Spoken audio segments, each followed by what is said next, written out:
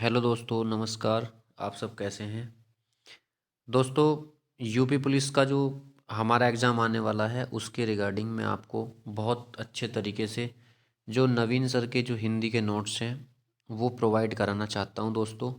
तो दोस्तों, मेरी इस वीडियो को ध्यान से पढ़ें और वीडियो को लास्ट तक देखें।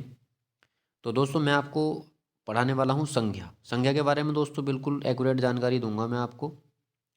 सबसे पहले संज्ञा की परिभाषा देख लेते हैं दोस्त। किसी व्यक्ति या वस्तु, स्थान या भाव के नाम को संज्ञा कहते हैं।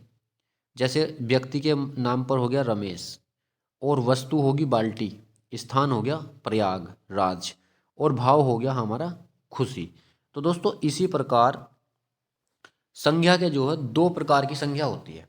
ठीक है, दो प्रकार की संज्ञा कैसे होती है दोस्तों, वो बता देता हूँ मैं आपको। जैसे एक तो होती है पहली यथार्थवाचक संज्ञा, दूसरी होती है भाववाचक संज्ञा। ठीक है, तो यथार्थवाचक में क्या आता है और भाववाचक में क्या आता है दोस्तों? यथार्थवाचक में होता है दृश्य रूप, यानी दृश्य, यानी कि जिसको हम देख सकें, और भाववाचक में अदृश्य होता है। अब अदृश्य चीज तो दोस्तों दिखाई नहीं देती है, ठीक है, और जो दृश्य होती है वो दिखती है। अब पहले देख लेते हैं यथार्थवाचक। यथार्थवाचक में दोस्तों सबसे पहले आता है व्यक्तिवाचक संज्ञा, उसके बाद जातिवाचक, उसके बाद पदार्थवाचक, उसके बाद समूहवाचक। ठीक है, और दूसरी बात, प्राचीन हिंदी के अनुसार दोस्तों संज्ञा के 5 भेद बताए गए हैं। ठीक है, सबसे पहले व्यक्तिवाचक संज्ञा, उसके बाद जातिवाचक संज्ञा, भाववाचक संज्ञा, पदार्थवाचक संज्ञा और समूहवाचक संज्ञा। ठीक है, उसके बाद आधुनिक हिंदी के अनुसार सुन लो।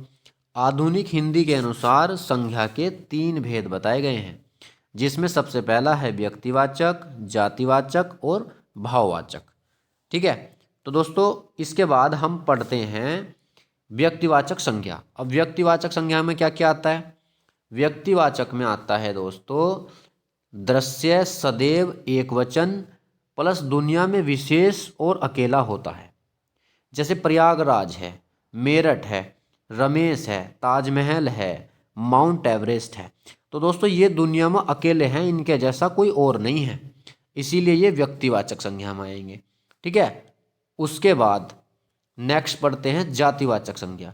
अब जाति का मतलब क्या होता है दोस्तों? जाति का मतलब होता है यानी कि एक पूरे समूह को बताना। जैसे ये जातिवाचक एक तो दृश्य होती है, प्लस बहुवचन बन सकता है, प्लस जिसके जैसे और हों। ठीक है, उसको जातिवाचक कहते हैं। जैसे कुत्ता, तो कुत्ते के जैसे और कुत्ते भी होते हैं। लड़का है, लड़के के जैसे और लड़के होते हैं। लड़की है, लड़की के जैसी और लड़कियां होती हैं। पहाड़, पहाड़ के जैसे और भी पहाड़ होते हैं। तो यानी कि ये एक जाति को डिपेंड करता है, जाति को प्रदर्शित करता है। ठीक है, उसके बाद दोस्तों आता है भाववाचक संज्ञा। भाववाचक संज्ञा में क्या है?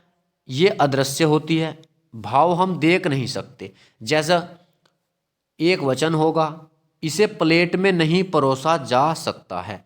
दोस्तों जो हमारी भाववाचक संज्ञा होती है उसे हम देख नहीं सकते। जैसे मोहब्बत या मोहब्बतें, नफरत या नफरतें, बुराई या बुराइयां जातिवाचक होंगी क्योंकि ये बहुवचन है।